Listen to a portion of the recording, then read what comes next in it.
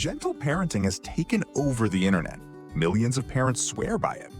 Just as many think it's producing a generation of spoiled, emotionally fragile children who can't hear the word no. Both sides are passionate, both sides are loud, and both sides are citing completely different evidence.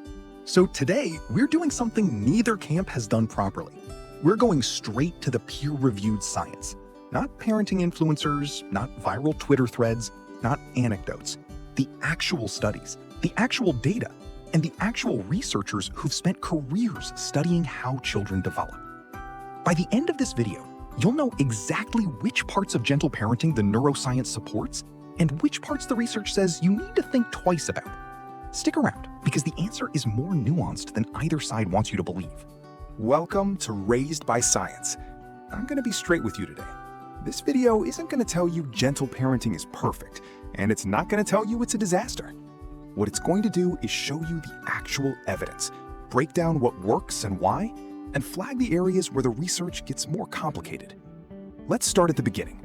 First, we need to define our terms, because one of the biggest problems in this debate is that people are arguing about completely different things. Gentle parenting is not permissive parenting. It is not the absence of rules. It is not telling your child yes to everything and validating every behavior. The framework, most commonly associated with author Sarah Ockwell-Smith, is built on 4 pillars: empathy, respect, understanding, and boundaries. The core idea is that children behave better long-term when their emotional needs are understood and met, rather than suppressed or punished. The key distinction is between punitive discipline, which uses consequences designed to produce pain or fear to stop behavior, and authoritative guidance, which uses connection, explanation, and natural consequences to teach behavior. Importantly, boundaries are not optional in gentle parenting. They are central. The difference is in how those boundaries are set and enforced, with explanation and empathy, rather than fear and shame. Now let's look at what the science actually says about each of those pillars. The science strongly supports emotional validation. In the 1990s, psychologist John Gottman and his team studied 119 families over many years and identified what he called emotion coaching, the practice of helping children identify, name, and process their emotions, rather than dismissing or punishing them. The results were striking. Children of emotion coaching parents showed measurably better outcomes across nearly every metric studied: stronger immune function, better academic performance, fewer behavioral problems, more stable friendships, and lower rates of anxiety and depression. The neuroscience explains why. When a child experiences a big emotion and an adult helps them label it, "You're feeling really angry right now." Brain imaging studies show reduced activation in the amygdala and increased activation in the prefrontal cortex. You are literally helping their brain shift from reactive mode to regulated mode just by naming the feeling. This is called affect labeling, and it's one of the most well-replicated findings in affective neuroscience. Verdict from the science? Validating emotions is not coddling.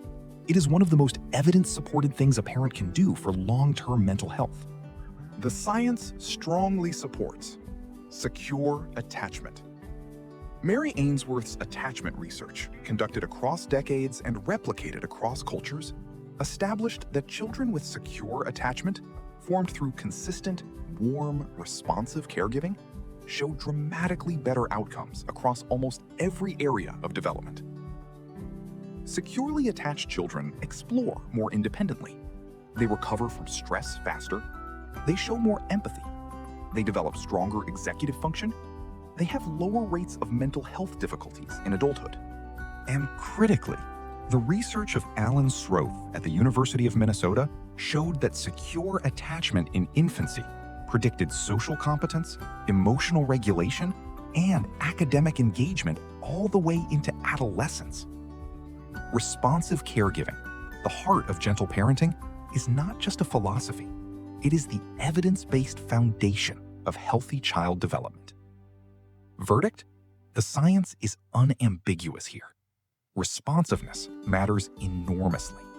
Diana Baumrind's landmark research in the 1960s, replicated and extended dozens of times since, identified 3 parenting styles: authoritarian, high control, low warmth, punishment-based; permissive, low control, high warmth, no limits; and authoritative, high warmth combined with clear, consistent boundaries and explanations.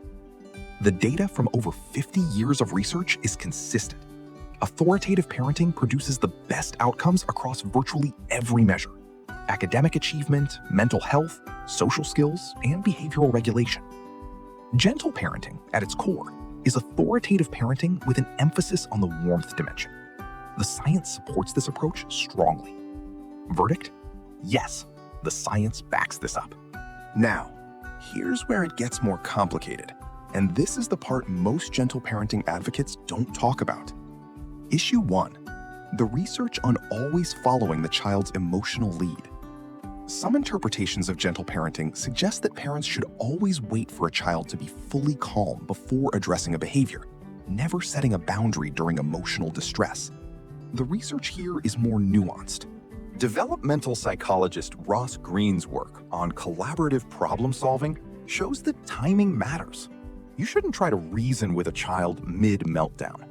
But research also shows that children need to learn that boundaries exist regardless of their emotional state.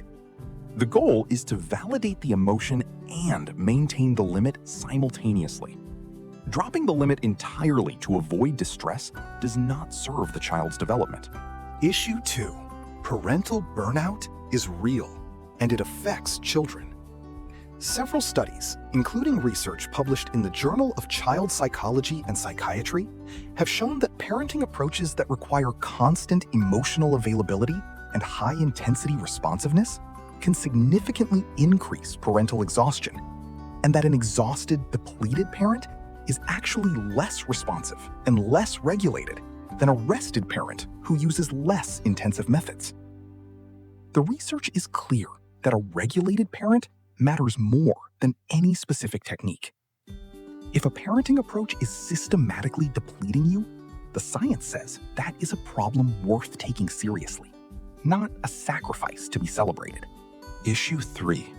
Over-scaffolding emotions. A small but growing body of research suggests that when parents over-respond to minor emotional distress, rushing to soothe every small frustration, never allowing children to experience and recover from low-level negative emotions independently, children may develop lower frustration tolerance over time. Dr. Wendy Mogul's research and more recent work by developmental psychologists suggests that children need age-appropriate doses of manageable stress to build emotional resilience. The goal is not to eliminate all distress. The goal is to ensure children are never overwhelmed alone, not that they are never uncomfortable. This doesn't contradict gentle parenting's core principles, but it does mean implementation matters enormously. So, does the science back up gentle parenting? The honest answer is, the core principles? Yes, strongly. The specific implementation? It depends. Here is what the research unambiguously supports. Responding consistently to your child's emotional needs builds secure attachment and healthier brains. Emotion coaching produces measurable long-term benefits. Authoritative parenting, warmth plus clear limits, produces better outcomes than either authoritarian or permissive parenting. Shame and fear-based discipline causes measurable neurological harm. Here is what the research asks you to be more careful about. Boundaries are not optional, and maintaining them empathetically is harder than either abandoning them or enforcing them through fear. Your own regulation matters as much as your technique. Children need age-appropriate challenge and manageable frustration, not just comfort. The most evidence-supported version of gentle parenting is not the Instagram version. It's the version where you are warm, responsive, and emotionally present, and you hold firm, consistent limits without cruelty. That combination is harder than either pure permissiveness or pure control, but the neuroscience says it is worth it. Here's what I want you to take away from this video. The instinct behind gentle parenting that children deserve to be understood, not just managed, is not just a feeling. It is backed by decades of developmental science. The children who thrive are the ones who feel genuinely seen by their caregivers. But the science also tells us that parenting is not about finding the perfect script. It is about showing up consistently, maintaining your own regulation, holding loving limits, and repairing when you get it wrong, which you will, and that's okay. And the research says that's actually part of how children build resilience. The goal is not to be a gentle parent or a strict parent. The goal is to be a present, regulated, repairing parent. That is what the neuroscience says your child's brain needs. If this was useful, please subscribe to Raised by Science and share this video with someone who's in the middle of this debate, because the answer is almost always more interesting than either side wants to admit. See you in the next one.